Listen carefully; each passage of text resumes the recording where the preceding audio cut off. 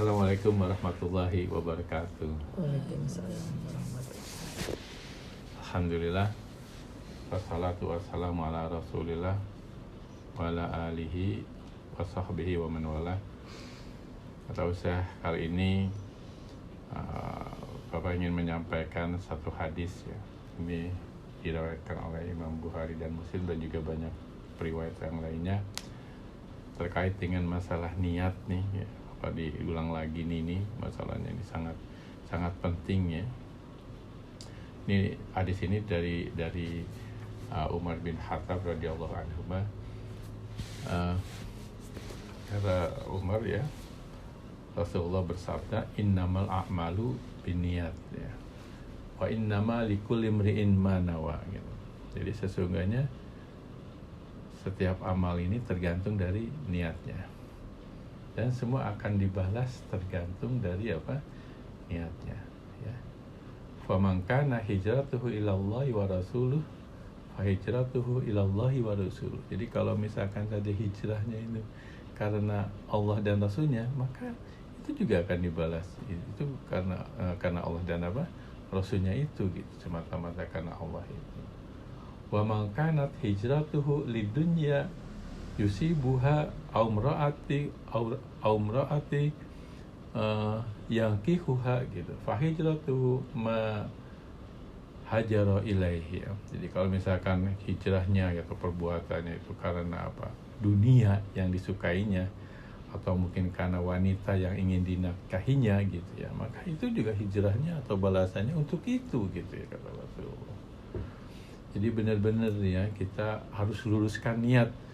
Setiap tindakan kita itu benar-benar harus ya karena lillahi ta'ala gitu ya, bukan karena ingin dipuji ya. Kemarin kita cerita tentang masalah apa, ujub ya, ada sum'ah, ada lagi satu lagi apa, ujub, sum'ah, dan satu lagi apa, riya gitu ya, gitu.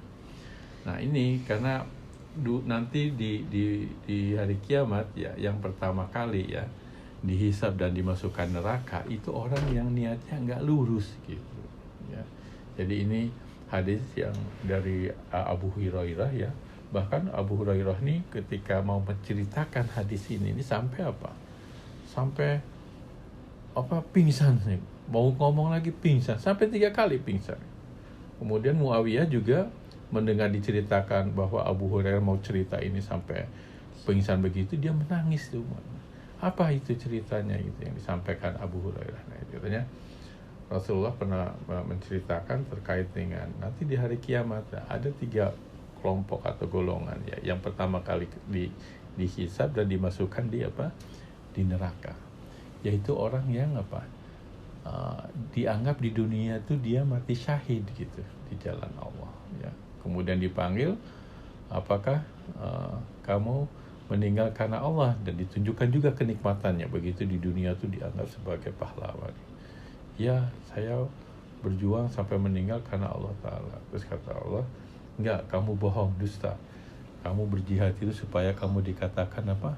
Pahlawan gitu ya, membela agama. Padahal kamu sebenarnya ingin dipuji itu gitu. Langsung diseret ya, dan mereka dimasukkan ke neraka. Yang kedua, orang yang belajar ilmu ya, kemudian mengajarkannya, termasuk juga belajar Al-Quran gitu ya. Kemudian ditanya, apa yang kau perbuat dengan ilmu kamu? Ilmu ini saya pelajari dan diajarkan untuk karena Allah gitu. Dan juga membaca Quran ini karena Allah. Oh enggak, kamu membaca apa, mengajarkan ini supaya dipuji orang bahwa kamu ini hebat gitu. Kemudian kamu membaca Quran juga supaya kamu dianggap qori ini bagus suaranya, bukan karena untuk mencari ridha Allah gitu. Itu juga diseret. Yang ketiga adalah orang yang dianggap di dunia ini dermawan gitu ya. Jadi ada orang kaya ya, kemudian dianggap di dunia dia menginfakkan gitu ya, membagi harta-hartanya. Nah, ketika ditanya sama Allah, apa yang kau lakukan dengan hartamu yang melimpah gitu kan, ditunjukkan ya, aku dengan harta ini disedekahkan untuk mencari ridhamu. Kata Allah, dusta kamu supaya dianggap dermawan saja ini, padahal di dalam hatimu gak ikhlas mengeluarkan itu. Nah udah, langsung dimasukkan neraka. Itu jadi sampai Abu Hurairah aja menceritakan hadis ini sampai apa?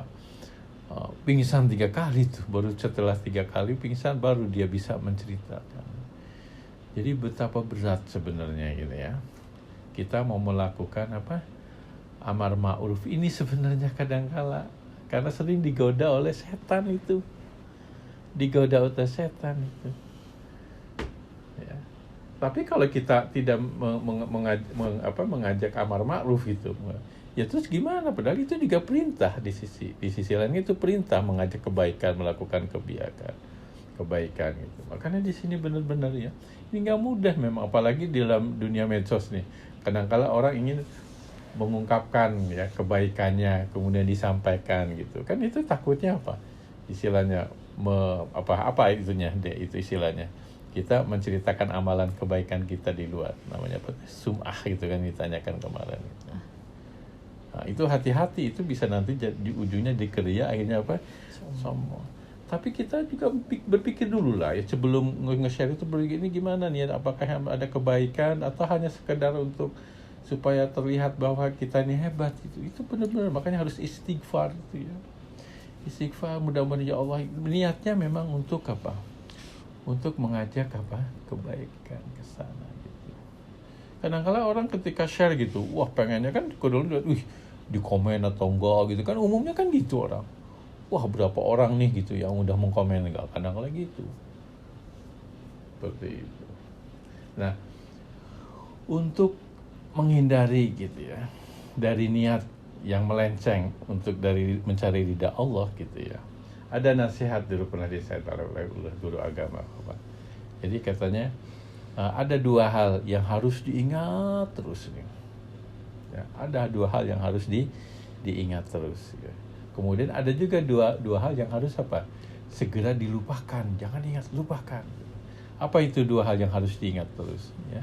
Yaitu kebaikan orang lain kepada kita.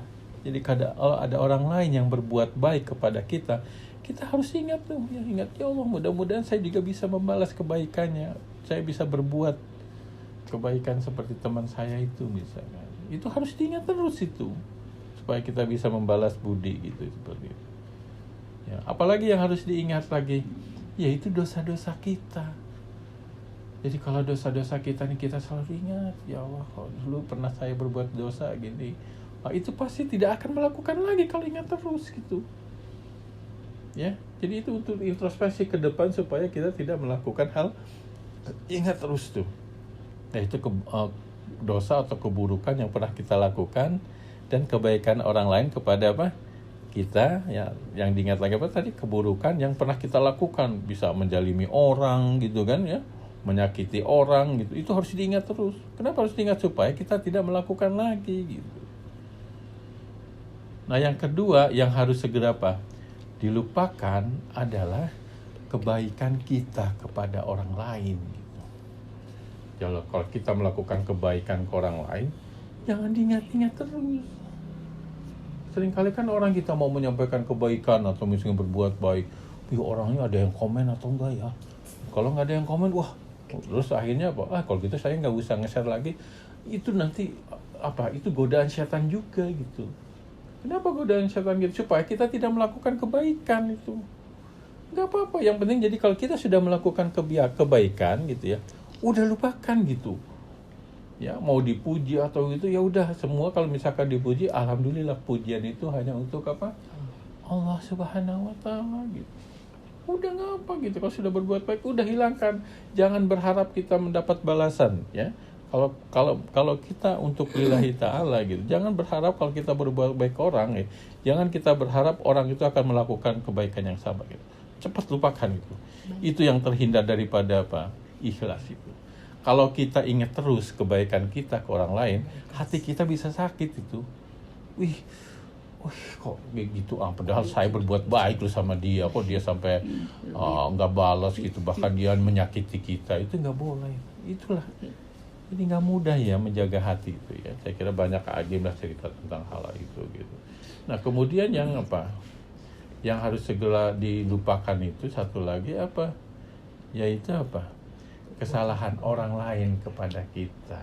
Jadi kalau ada orang lain yang berbuat salah kepada kita, menyakiti kita gitu ya, jangan dipendam terus, Jangan diingat terus. Kalau diingat terus apa? Sakit kita nih.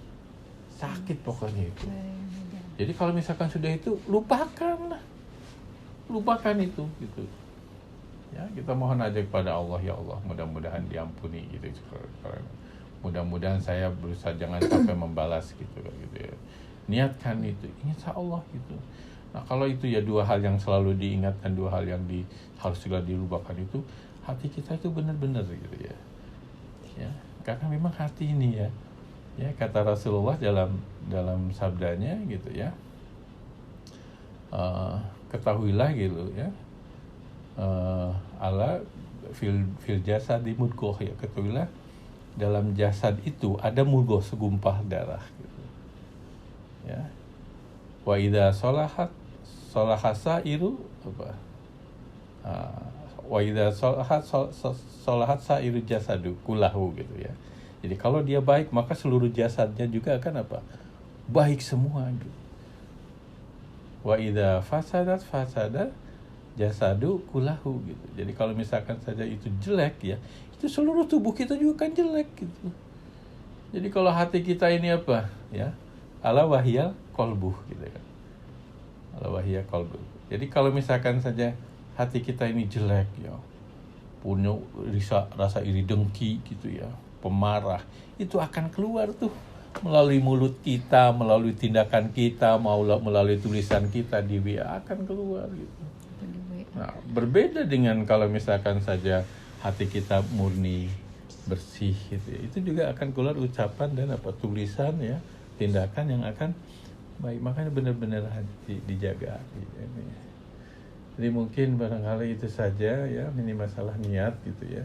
Ini panjang tentang niat ini ya, barangkali mungkin nanti kita lanjutkan lah. Jadi luruskan ya, benar-benar niat ya, sebagaimana dalam Allah berfirman, wa ma umiru illa liya'budullaha mukhlishina lahuddin hunafa gitu. Saya tidak memerintahkan manusia kecuali untuk apa? Beribadah, lurus memurnikan ajaran Allah dalam melaksanakannya. Jadi benar-benar karena lillahi ta'ala ya. Mungkin itu saja. Mudah-mudahan kita selalu menjalankan agama ini benar-benar karena Allah semata ya, bukan karena yang lain ya. Baik, itu saja. Marilah kita tutup dengan doa penutup majelis. Subhanaka Allahumma bihamdika asyhadu an la ilaha illa anta astaghfiruka wa atubu ilaik. Assalamualaikum warahmatullahi wabarakatuh. Waalaikumsalam warahmatullahi wabarakatuh.